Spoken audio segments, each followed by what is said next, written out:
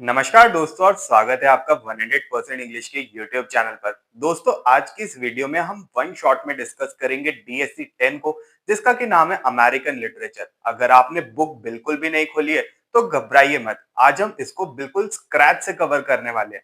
इस वीडियो में हम लोग देखेंगे एग्जाम के हिसाब से कौन से ऐसे पॉइंट्स है हमारे टेक्स्ट के अंदर जो कि काफी इंपॉर्टेंट है, और साथ ही देखेंगे कि एग्जाम में आपको किस तरीके के क्वेश्चन देखने को मिल सकते हैं इस सब्जेक्ट से लेकर। वीडियो काफी इंसाइटफुल और इंटरेस्टिंग होने वाला है। मिलता हूँ आपसे वीडियो के एंड में। सबसे पहले दोस्तों ये समझते हैं कि हमको ये पेपर पढ़ना क्यों है।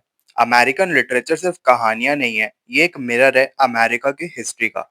सिलेबस का फोकस दो चीजों पर है, ऑपरेशन यानी किसी पर जुल्म करना, और पॉसिबिलिटीज ऑफ लिबरेशन यानी कि आजादी की उम्मीद। अमेरिका की हिस्ट्री में एक तरफ अमेरिकन ड्रीम था, जहां सबको लगता था कि मेहनत करके कोई भी अमीर बन सकता है, लेकिन दूसरी तरफ स्लेवरी की काली सच्चाई थी, जहां इंसानों को जानवरों की तरह बेचा जाता था। इसमें हमको ये याद रखना है कि इस पूरे सिलेबस में आप बार बार आइडेंटिटी और फ्रीडम के बारे में पढ़ेंगे। अब आते हैं यूनिट 1 पर, जहां हम पढ़ेंगे एक बहुत ही पावरफुल नॉवल बिलव्ड को। इसकी राइटर है टॉनी मॉरिसन, जो एक नोबेल प्राइज विनर भी है। ये स्टोरी सेट है 1873 में ओहियो टाउन में। ये वो टाइम था जब अमेरिका में सिविल वॉर खत्म हो चुकी थी और गुलामी लीगली बैन हो गई थी। लेकिन लोगों के दिलों और दिमाग पर जो घाव थे, जो स्कार्स थे, जो स्लेवरी ने छोड़े थे, वो अभी भी ताजे थे। इस स्टोरी में एक माँ है जिसका नाम है सेथी। वो एक पुरानी स्लेव प्लांटेशन जिसका नाम स्वीट होम था, वहां से भाग कर आई है। वो एक घर में रहती है जिसका एड्रेस है 124 ब्लू स्टोन रोड। इसको याद रखिएगा, 124 ब्लू स्टोन रोड, ये एक सिंबल है। मैं आगे चल के इसमें बताऊंगा कैसे। लेकिन ये कोई आम घर नहीं है, ये घर वैसे एक हॉन्टेड घर है। इस घर में एक बच्ची का भूत रहता है। अब ये एग्जामिनर के फेवरेट टॉपिक्स में से एक है। अगर वो थोड़ा पेपर को ट्रिकी बनाना चाहेंगे तो वो अक्सर पूछ सकते हैं कि 124 का क्या मतलब है। नोवेल की पहली लाइन है, 124 वॉज स्पाइटफुल। इस घर में सैथी की तीसरी बेटी का भूत है, जिसे सैथी ने खुद मारा था। क्यों मारा था? ताकि वो बच्ची वापस स्लेवरी की पेड़ियों में ना चली जाए। 124 आप समझ रहे, 1 2 और 4, थर्ड इसमें मिसिंग है, तो इसलिए ये उस चीज का सिंबल है। थर्ड, वहां पर एक भूत रहती है, उसकी थर्ड बेटी का भूत।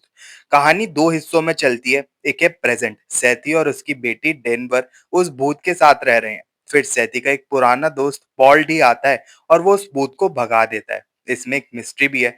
भूत के जाने के बाद दरवाजे पर एक अजनबी लड़की मिलती है जो अपना नाम बिलव्ड बताती है। आप इस पॉइंट पर खास ध्यान दीजिए। बिलव्ड कौन है? बिलव्ड वही बच्ची है जिसे सैथी ने मारा था, जो अब एक जवान लड़की के रूप में वापस आई है। ये पुराने दुख और यादों का सिंबल है जो सैथी को छोड़ ही नहीं रहे हैं। एग्जाम के लिए कुछ इंपॉर्टेंट पॉइंटर्स भी देख लेते हैं। द एक्ट ऑफ इन्फेंटिसाइड इसमें पहला मेन पॉइंट है। एग्जाम में क्वेश्चन ऐसे बन सकता है, क्या सैथी ने अपनी बेटी को मारकर सही किया? आपको ये समझाना होगा इसमें कि सैथी के लिए मौत स्लेवरी से बेहतर थी। वो अपनी बच्ची को एक ऐसी दुनिया से बचाना चाहती थी जहां इंसानों को प्रॉपर्टी समझा जाता हो। रीमेमोरी का इसमें थीम है। ये टोनी मॉरिसन का बनाया हुआ वर्ड है।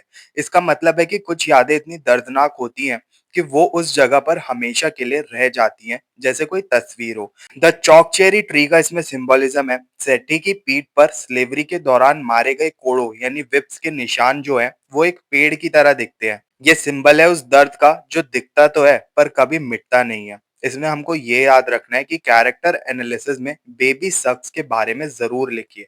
वो सेठी की सास थी और उनका मैसेज था, अपने शरीर से प्यार करो, क्योंकि स्लेवरी में उन्हें अपने शरीर पर हक नहीं था। ये था हमारा यूनिट 1 का डिटेल्ड ओवरव्यू। दोस्तों यूनिट 1 में हमने देखा कि कैसे पास्ट की यादें इंसान का पीछा नहीं छोड़ती। लेकिन यूनिट 2 में हम बात करेंगे जंजीरों की। वो जंजीरें जो दिखती नहीं है लेकिन हमारे चारों तरफ होती हैं। एक है सोसाइटी की एक्सपेक्टेशन की जंजीर, और दूसरी है 9 to 5 जॉब या फिर सिस्टम की बोरिंग लाइफ की जंजीर। इस यूनिट में हमारी पहली स्टोरी हमें ले जाती है 19th सेंचुरी के न्यू ऑर्लिन्स में। हमारी हीरोइन है एडना पॉन्टेलियर। इसमें हमको ये याद रखना है कि एडना एक ऐसी औरत है जिसके पास सब कुछ है, एक अमीर पति, बच्चे और एक बड़ा घर, लेकिन वो अंदर से खाली है। क्यों? क्योंकि उसकी सोसाइटी में औरतों को सिर्फ दो रोल दिए जाते हैं, वाइफ का और मदर का। आप इस पॉइंट पर खास ध्यान दीजिए। स्टोरी में दो कैरेक्टर्स एडना के लिए मिरर का काम करते हैं। एडले रेटिग्नॉल ये एक परफेक्ट मदर है। इसके लिए उसके बच्चे ही उसकी पूरी दुनिया है। मैडमोजील रीज ये एक इंडिपेंडेंट आर्टिस्ट है, ये अकेली है, पियानो बजाती है और किसी की परवाह नहीं करती। एडना जो है वो इन दोनों के बीच में फंसी हुई है। वो एक परफेक्ट मदर भी नहीं बन पा रही और एक इंडिपेंडेंट वुमेन भी नहीं बन पा रही। अब इसमें एग्जामिनर का एक फेवरेट टॉपिक है क्या, एडना का अवेकनिंग। एग्जाम में क्वेश्चन अक्सर एडना के बदलते हुए बिहेवियर पर आता है। पहले वो सबकी बात मानती थी, फिर वो ग्रैंड आइल्स के समुंदर में तैरना सीखती है। समुंदर यहाँ आजादी का एक सिंबल है। वो अपने पति का घर छोड़कर एक छोटे से घर में शिफ्ट हो जाती है, जिसे वो पिजन हाउस कहती है। यहाँ से क्वेश्चन ऐसे बन सकता है, नॉवल का एंडिंग ट्रियम्फ है या फिर ट्रेजेडी यानी कि जीत है, या फिर दुख भरी एंडिंग है। एडना एंड में समुंदर में तैरते हुए इतनी दूर चली जाती है कि वो वापस नहीं आती। कुछ लोग कहते हैं कि उन्होंने हार मान ली, लेकिन कुछ कहते हैं कि उन्होंने अपनी मर्जी से मौत को चुना। उन्हें फिर से किसी की प्रॉपर्टी नहीं बनना पड़े इस वजह से। अब हम मूव करते हैं एक बहुत ही अजीब और इंटरेस्टिंग सी स्टोरी पर, जो सेट है वॉल स्ट्रीट में। ये स्टोरी है एक लॉयर की, जो एक कॉपिस्ट, एक स्क्रिवेनर को हायर करता है जिसका नाम है बार्टलबी। इसमें हमको ये याद रखना है कि बार्टलबी कोई रिवॉल्यूशनरी हीरो नहीं है जो तलवार उठाकर लड़ेगा। वो बस एक सेंटेंस बोलता है जो लिटरेचर में अमर हो गया है, I would prefer not to. आप इस पॉइंट पर खास ध्यान दीजिए। बार्टल बी का बॉस यानी कि नरेटर जो है एक बहुत ही सेफ इंसान है जो कन्फ्लिक्ट से डरता है। जब बार्टल बी काम करने से मना करता है तो बॉस उसे निकालने की जगह कंफ्यूज्ड हो जाता है। ये एग्जामिनर के फेवरेट टॉपिक्स में से एक है, symbols of walls. Bartleby पूरे दिन ऑफिस में एक दीवार, एक वॉल को घूरता रहता है। ये दीवार सिंबल है एलिनेशन का, यानी जब आप भीड़ में भी अकेले महसूस करते हैं। ये सिंबल है कैपिटलिज्म का, जहां इंसान सिर्फ एक मशीन का पुर्जा बनकर रह जाता है। यहाँ से क्वेश्चन कुछ ऐसे भी बन सकता है, डेड लेटर ऑफिस का क्या सिग्निफिकेंस है। स्टोरी के एंड में पता चलता है कि बार्टल भी पहले एक ऐसी जगह काम करता था जहां वो उन लेटर्स को जला देता था जो कभी अपने एड्रेस पर नहीं पहुंचे। सोचिए, वो उन लोगों की उम्मीद और यादों को रोज जलता हुआ देख रहा था। इस प्रोसेस ने उसे इतना ज्यादा डिप्रेस कर दिया कि उसने जिंदगी से ही मना कर दिया, I would prefer not to live. तो दोस्तों, यूनिट 2 हमें सिखाता है कि सिस्टम के खिलाफ खड़े होने की एक बहुत बड़ी कीमत, एक बहुत बड़ी प्राइस चुकानी पड़ती है। एडना ने मौत को चुना और हरमन मेलवेल के कैरेक्टर बार्टलबी ने भी। उम्मीद है आपको एडना और बार्टलबी की ये तकलीफ समझ आ गई होगी। दोस्तों, यूनिट 3 में हम दो बिल्कुल अलग वर्ल्ड को एक्सप्लोर करेंगे। पहले हम मिलेंगे वॉल्ट विटमैन से, जो अमेरिका की तारीफ करते थकते नहीं है, और फिर हम मिलेंगे शर्मन एलेक्सी से, जो बताते हैं कि असली अमेरिका में नेटिव अमेरिकन्स के साथ कितना बुरा हुआ था। विटमैन को बार्ड ऑफ डेमोक्रेसी कहा जाता है। उनके लिए अमेरिका एक ऐसी जगह है जहां हर कोई बराबर है। उनकी पहली पोयम हमारे सिलेबस में ओ कैप्टन माय कैप्टन। ये पोयम उन्होंने 1865 में लिखी थी, जब अब्राहम लिंकन का असैसिनेशन हुआ था। इसमें हमको ये याद रखना है कि इस पोयम में एक एक्सटेंडेड मेटाफर यूज हुआ है। इसमें जो शिप है वो अमेरिका को दिखाती है, इसका जो कैप्टन है वो अब्राहम लिंकन को दिखाता है, और fearful trip American civil war है। प्राइज क्या है इसमें, सिविल वॉर में जीत और स्लेवरी का खात्मा। ये एग्जामिनर्स के फेवरेट टॉपिक्स में से एक है कि इस पोयम का कंट्रास्ट क्या है। एक तरफ पूरी कंट्री जश्न मना रही है, the bells I hear, the people all exulting, लेकिन दूसरी तरफ पोएट दुख में है क्योंकि उनका कैप्टन यानी कि अब्राहम लिंकन डेक पर मरे पड़े हैं। क्वेश्चन यहाँ से ऐसे आता है कि विक्ट्री और ग्रीफ साथ साथ कैसे चल रहे हैं। अगली पोयम हमारे सिलेबस में है पैसेज टू इंडिया। यहाँ विटमैन तीन बड़ी साइंटिफिक अचीवमेंट्स को सेलिब्रेट कर रहे हैं।